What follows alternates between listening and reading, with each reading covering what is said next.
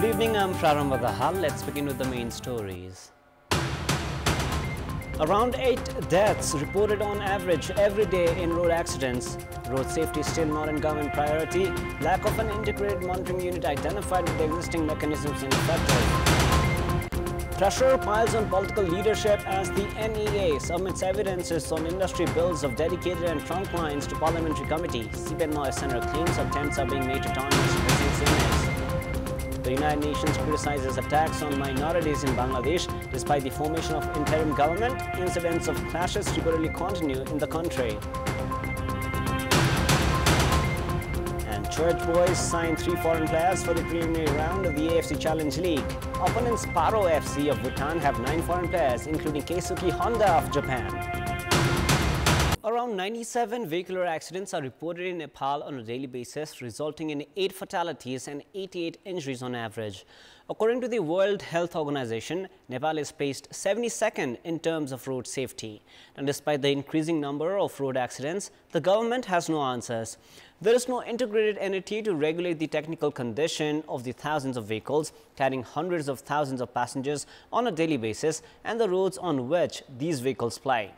The government, which has been looking for temporary solutions for investigation and compensation, has not sanctioned authority to existing departments as well. Neither the head of the government nor the ministers and the opposition reached the site of the incident or met with the family members of those killed in the accident at Simhaltal around a month back. The province government also did not pay such a role. Representatives of the local level made their presence felt by doing all they could.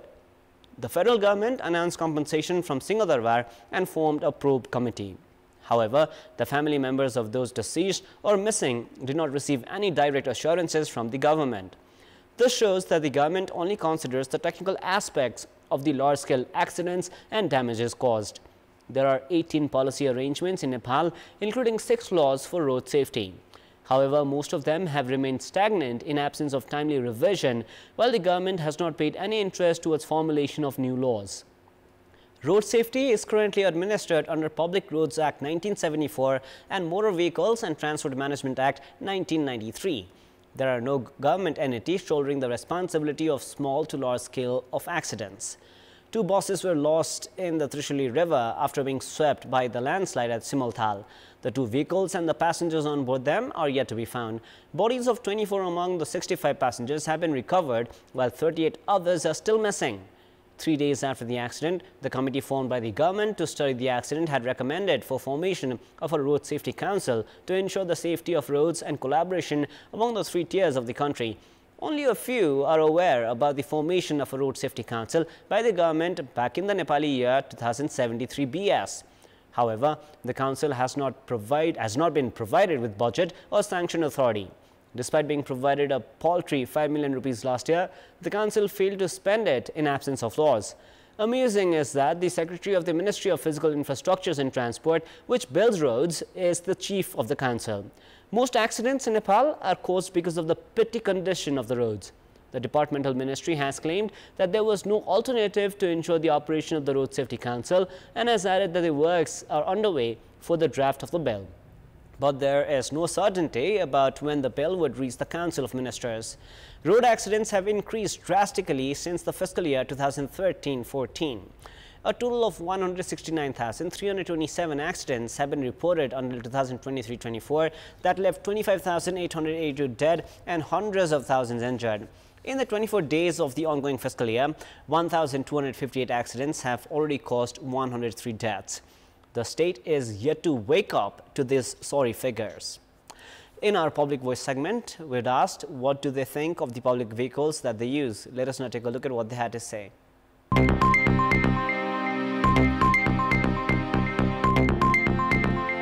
पुरानो गाडीहरु चाहिँ बढी use भइरहेको छ पुरानो थोत्रो गए गुज्रेको भन्दा अरु छैन कोही थोत्रा छन् कोही नयाँ छन् अनि मनपरी भाडा लिन्छन् भाडाको रेट पनि ठीक छैन आफ्नो मनपरीले भाडा लिन्छन् थोत्रा गाडी कुजाएका छन् धुलो धुवा सबै त्यस्तै हुन्छ त्यस्तो गाह्रो छैन राम्रै छ बसको अवस्था त ठिकै छ नि हामीलाई जानै पर्छ सिट बराबर मान्छे आयो त्यो तपाईको जति भाडा उचित थियो त्यो लिनु भयो राम्रो छ नि अब गइराखेको आइराखेको छ अनि सुविस्ता छ बसमा वृद्धहरूलाई चाहिँ 50% भनेर त्यो माग्ने बित्तिकै उनीहरू त दिनै मान्दैनन्। गाडीले अगाडि मस्जिद छिटो जाउँ भन्ने उनीहरूको छिटो कुद्ने पनि उसले गर्दा हाम्रो ज्यान खतरामा हुन्छ।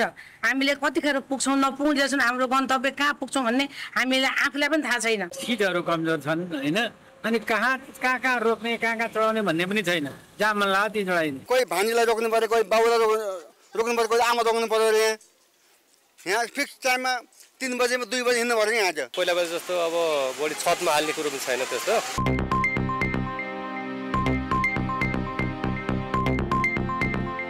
Nepal Electricity Authority Managing Director Kulman Ghising has said that industries have not followed the required procedures regarding the fees for the use of dedicated and trunk lines.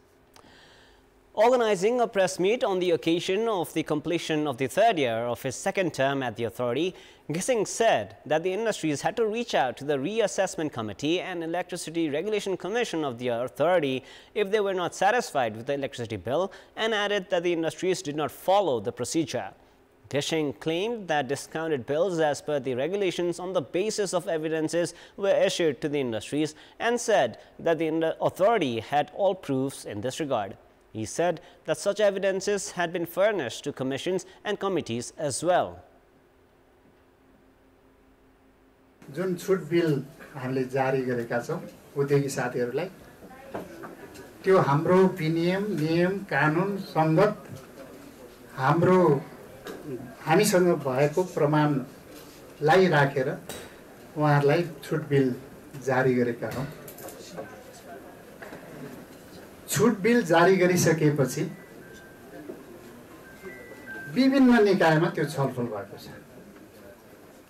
तपाईहरुलाई पनि हामी एउटा बिल जारी गर्छौं, सानो चिट हुन्छ, त्यो चिट अनुसार तपाईहरुले बिल चाहिँ भुक्तानी गर्नुहुन्छ। हामीले उद्योगी साथीहरुलाई दिएको बिल भनेको रेगुलर महिनै पछि काटेको बिल जुन हाम्रो एम्पावर देखि लिएर सबै सफ्टवेयरमा छ, त्यो ऊर्जाको खपतको सबै प्रमाण हामीसँग छ। हामीले बिल काटेको भनेको त्यो डेडिकेटेडको प्रिमियम शुल्क थपेर त्यही इनर्जीमा बिल काटेको मात्रै हो। थप इनर्जी जेनेरेट गरेर थप बिल गरेको होइन।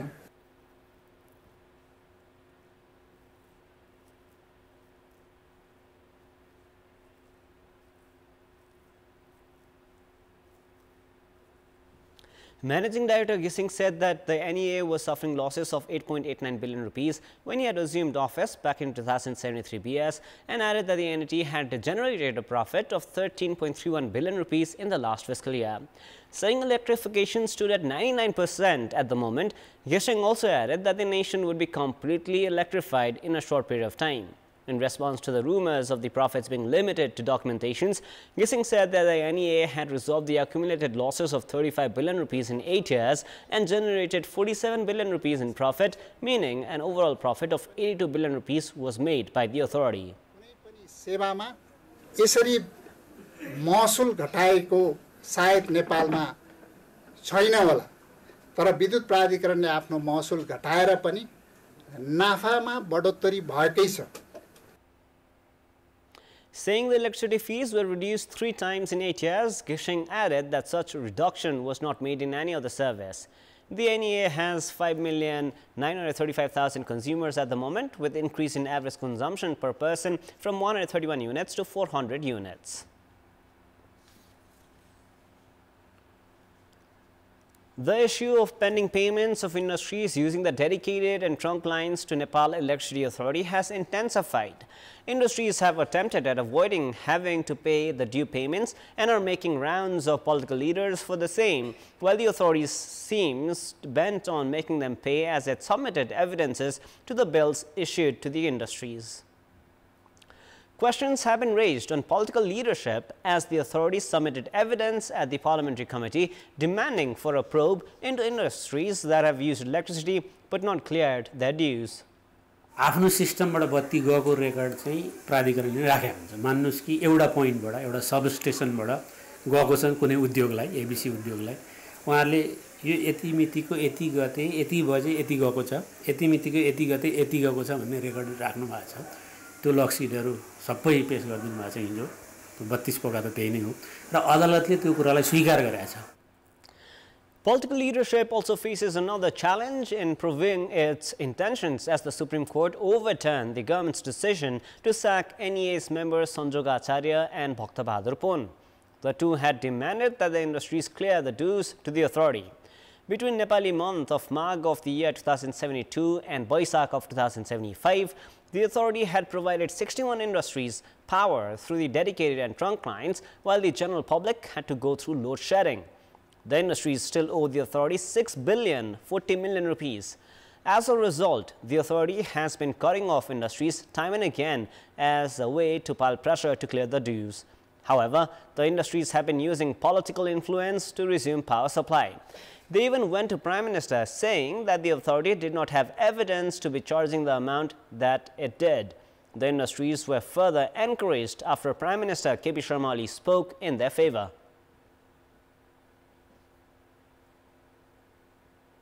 तपाईले भनेको विद्युत हामीले उपभोग गरेका छैन, उहाँको जवाफ छैन। यो सहमति भएको, उहाँको जवाफ छैन। होइन, मैले हिसाब बाँधिसकेँ, हिसाब बाँधेर मैले महालेखालाई यति आम्दानी भनेर जोडिसकेँ, मैले संसदको समितिमा पठाइसकेँ। अब त्यो कहाँ फेरबदल गर्न मिल्छ? गलत हिसाब पठाएर फेरबदल गर्न मिल्दैन भनेर अनि तिर्न नपर्ने विद्युत महसुल असुल गर्न त सकिँदैन होला। उद्यमी व्यवसायीहरूको त्यो छ भनाइ। Managing Director of Nepal Electricity Authority, Kulman Ghiseng, organized a press conference to respond to the Prime Minister's remarks. Profile सहितको टिओडी डाउनलोड हामीले गरेर पठाएका छौँ र अर्को धेरै नचाहिने डकुमेन्ट पनि पठायो भन्ने चाहिँ सम्बन्धित डकुमेन्ट उहाँलाई सपोर्टको लागि पठाएको हो, सम्बन्धितै डकुमेन्ट हो। टिओडीले मात्रै उहाँले बुझ्नुहुन्न, कुन फिडरमा कति करेन्ट गयो, कति चाहिँ भोल्टेज आयो भन्ने 15-15 मिनट उनीहरूलाई 4 जना 3 जना 4 जनालाई शिफ्टमा राख्ने कारणै त्यही हो। उनीहरू कामै त्यो चाहिँ त्यहाँ रेकर्ड गर्ने। त्यो रेकर्डको हामीसँग सफ्ट कपी छ। त्यो सफ्ट कपीको प्रिन्ट मात्रै 40,000 कि 50,000 प्रिन्ट आएको छ। हामीले त्यो पनि पठाइदिएको छ। Prime Minister Oli not just stood in favor of the industries but also questioned on the authority's earnings, in reply to which Ghiseng shared the transaction details of the authority today. He presented evidence that the authority that was at a loss of 34,610 million rupees 8 years ago had made a profit of 47,410 million rupees.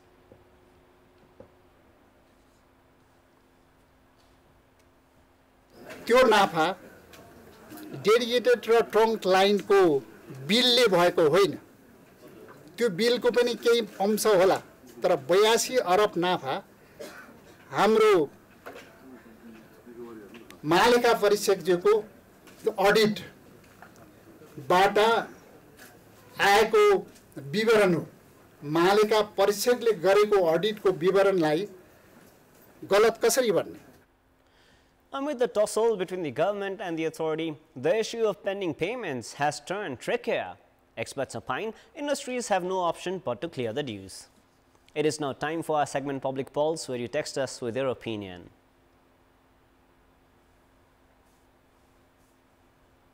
Before we ask today's question, let us take a look at the result from yesterday's poll. Yesterday we had asked, what do you term the trend of making arrangement for representation of the Dalit community but failing to implement it? 31% were for A, disregarding the principle of inclusion, 56% were for B, indifferent leaders, and 13% were for C, lack of pressure.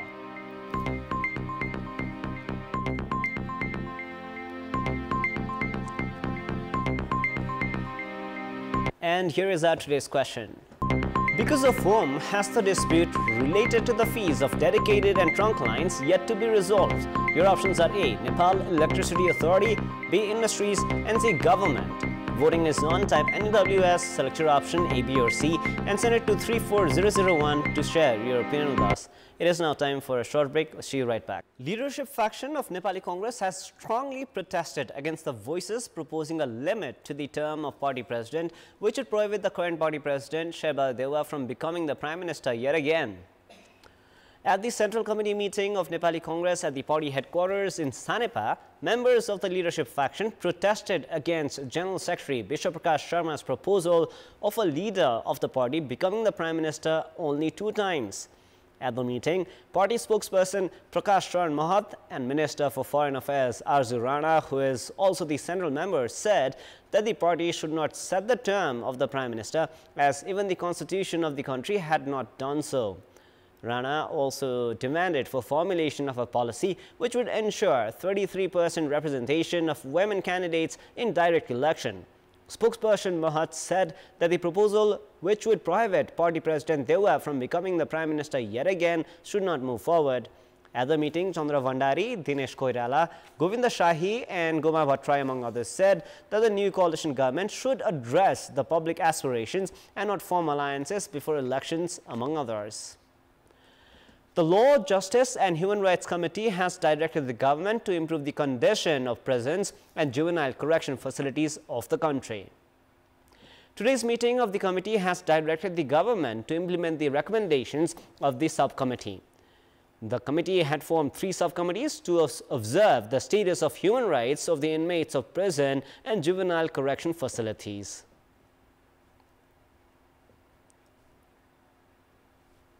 कार्यान्वयन गर्नका लागि गृह मन्त्रालय, महिला बालबालिका तथा ज्येष्ठ नागरिक मन्त्रालय र कानुन न्याय तथा संसदीय मामिला मन्त्रालयलाई अनुरोध गर्ने. At the meeting, Minister for Law, Justice and Parliamentary Affairs Ajay Kumar Chaurasia said that the cases of rape had to be categorized. He said that legal arrangement had to be made for early bail as well. नेपालको कानुनमा अग्रिम जमानतको व्यवस्था हुनुपर्छ र जबरजस्ती गर्नेको सम्बन्धमा पनि category छुट्याइकन बालबालिका कम उमेरमा म्याच्योर्ड हुँदैन, कहीं जान्छन् अनि फर्केपछि अब जादासम्म केटा र केटीको मन मिलेको हुन्छ, एउटै भर्सन हुन्छ र घरमा ल्याएर पछि अब नाबालिग भनेर घरमा ल्याएपछि केटीको मन चाहिँ चेन्ज हुन्छ, आमा बुवातिर पनि हेर्छ, घर परिवारको मान प्रतिष्ठाको कुरा आउँछ अनि अनेक किसिमका मुद्दाहरू पनि लाग्ने गरेका छन्। त्यो कानुनमा सुधार गर्नुपर्छ। Minister Chaurasia also said that the directives of the committee would be implemented. Time now for the international news.